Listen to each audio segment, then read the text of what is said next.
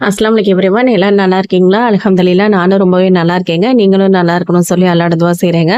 இது வந்து பார்த்தீங்கன்னா, சண்டே மார்னிங் தான். நான் எப்பவுமே ரொம்ப டென்ஷனா எடுத்துக்க மாட்டேன் மார்னிங் பிரேக்ஃபாஸ்ட்டுக்கு.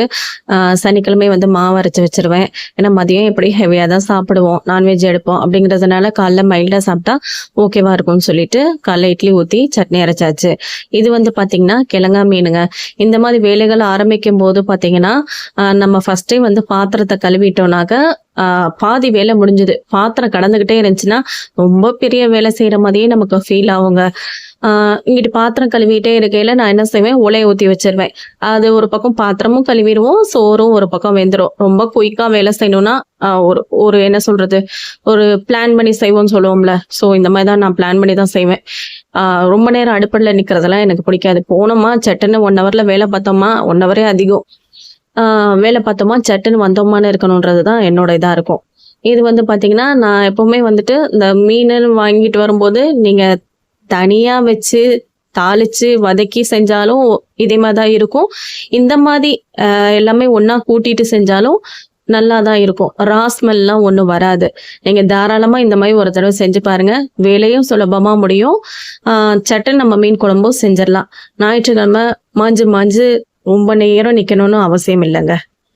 இதுல ஒண்ணு என்ன போட்டிருக்கேன், புளி தண்ணி, புளிய வந்து உப்பு கரைச்சு புளி தண்ணி எடுத்திருக்கிறேன். அதுக்கப்புறம் தக்காளி அரைச்சு ஊத்திருக்கிறேன். மிளகாத்தூளு, மஞ்சத்தூளு, மல்லித்தூளு, சாம்பார் பொடி, பச்சை மிளகா, அப்புறம் தேங்காய்ல கொஞ்சோண்டு மிளகு, 4 மிளகு தான் போட்டிருக்கேன். கொஞ்சோண்டு மிளகுன்னா நெறைய போட்டுறாதீங்க. ரொம்ப உரப்பு தட்டிரும். ஆ மிளகு, சீரகம் இதெல்லாம் போட்டு அரைச்சு கலக்கி குழம்பு வந்து அடுப்புல ஏத்துறதுக்கு முன்னாலேயே இப்படி கூட்டி வச்சாச்சு, ரெடி ஆயாச்சு. அடுத்து நம்ம சட்டிய வச்சு எண்ணெயை ஊத்திட்டு வெந்தயம், வெங்காயம், கருவேப்பிலை இதெல்லாம் போட்டு மல்லித்தழை எல்லாம் போட்டு நல்லா வந்து என்ன சொல்றது, நல்லா வதக்கினோம் அப்படின்னா அது குழம்புக்கு நல்ல ஒரு மனம் கொடுக்கும். ஸோ நல்லா ஒரு ரோஸ்டடா வதக்கிட்டு கூட்டி வச்சிருக்க குழம்ப தூக்கி ஊத்துனோம்னா நிமிஷத்துல மீன் குழம்பு ரெடி ஆயிருங்க. இங்கிட்டு குழம்பு கொதிக்கிற டைம்ல பாத்தீங்கன்னா, அங்கிட்டு மீனும் வந்து நம்ம கழுவி எடுத்துட்டாக்க, ஸோ ரொம்ப சுருக்கா வேலை பார்த்துடலாம்.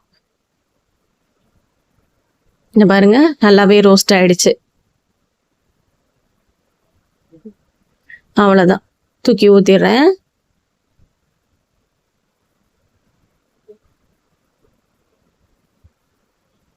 இப்போ இந்த குழம்பு கொதிக்கிற டைம்ல பார்த்தீங்கன்னா, மீனும் ஒரு பக்கம் அங்கே க்ளீன் பண்ணிடுவேன்.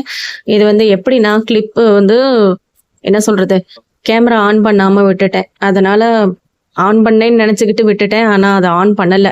ஒண்ணும் போடல. வறுக்கிறதுக்குன்னு மீன் எடுத்துட்டு, அதுல 2 ஸ்பூன் சமையல் எண்ணெய் ஊத்திட்டு மிளகாத்தூள் போட்டிருக்கிறேன். அதுக்கப்புறம் தான் இந்த பாருங்க, அப்புறமா வந்து பார்க்கையில ஆன் பண்ணாதது தெரிஞ்சுது. அப்புறம் எலுமிச்சப்பழம் ஊத்திட்டு, மஞ்சத்தூள் போட்டுட்டு, உப்பு போட்டுட்டு, பூண்டும் பெருஞ்சீரகமும் வந்து ஒரு தட்டு தட்டி போட்டுருவேன். நீங்க உங்களுக்கு விருப்பமான மசாலா எது இருந்தாலும் போட்டுக்கங்க. இது வந்து மைதா மாவு எதுக்காகன்னா, ஜஸ்ட் ஒரு பைண்டிங் ஆகி வரும். உதிராம இருக்கும் மசாலாலாம். அதுக்காக தான் வந்துட்டு போடுறது. நான் எப்பவுமே தோசைக்கல்ல போட்டு தான் பொரிச்சு எடுப்பேன். ஆ கடாயில போட்டு பொரிச்சு எடுத்தோம்னா, வெளிய கோட்டிங் வந்து நல்லா ரோஸ்ட்டா இருக்க மாதிரி இருக்கும். ஆனா உள்ளுக்குள்ள வந்து ஒரு ஜூஸியா ஒரு மாதிரி இருக்கும்.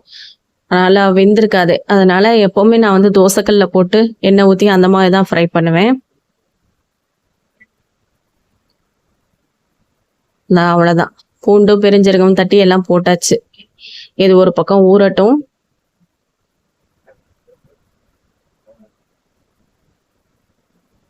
நான் புளி கரைக்கையில மட்டும்தான் உப்பு போட்டேன். ஒரு லெவலா கூட்டி வரும்போது பார்த்தீங்கன்னா, கொஞ்சோண்டு உப்பு பத்தல. ஸோ உப்பு கொஞ்சம் போட்டுக்கிட்டேன். நல்லா கொதிச்சு வரையில குழம்புக்குன்னு மீன் வச்சிருப்போம்ல, அந்த மீனை தூக்கி உள்ள போட்டாச்சு. மீன் போட்டோன்னா ஆஃப் பண்ணணும் அப்படிலாம் ஒன்றும் இல்லைங்க. நல்லா போட்டு கொதிக்கட்டும். உடஞ்சிருமேன்னு கேட்டாக்கா, ஆமா உடஞ்சிரும் தான். அதை பத்திலாம் கவலைப்படாதீங்க. ஏன்னா மீன் எந்நேரம் பிடிக்கிறாங்க, எப்போ பிடிக்கிறாங்க, அது எத்தனை நாள் சென்று நம்ம கைக்கு வருது அதெல்லாம் தெரியாதுல்லங்க. அதனால நல்லபடியா கொதிக்கட்டும். ஏதாவது ஒரு கிருமி எது இருந்தாலும் அந்த சூட்டுல செத்து போயிரும்ல, அதுக்காக தான். நல்லா கொதிச்ச பிற்பாடு ஆஃப் பண்ணிக்கங்க. இப்படிதான் ஞாயிற்றுக்கிழமை நான் சுருக்கா வேலையை முடிச்சேங்க. உங்களுக்கு இந்த வீடியோ பிடிச்சதுன்னா லைக் பண்ணுங்க, ஷேர் பண்ணுங்க, கமெண்ட் பண்ணுங்க, மறக்காம சப்ஸ்கிரைப் பண்ணுங்க. நிறைய பேர் வந்துட்டு எனக்கு சப்போர்ட் பண்ணிட்டே இருக்கீங்க. ரொம்ப ரொம்ப ரொம்ப பெரிய நன்றி. நீங்க இல்லாம நான் இல்லை. தொடர்ந்து ஆதரவு தருவீங்க நம்பிக்கையோட நான் வந்து பயணம் பண்ணிட்டு இருக்கேன். குழம்பு கொதிச்சு நல்லா திக்கானோன்னு மட்டும் மீன் எடுத்து உள்ளே போட்டுக்கோங்க.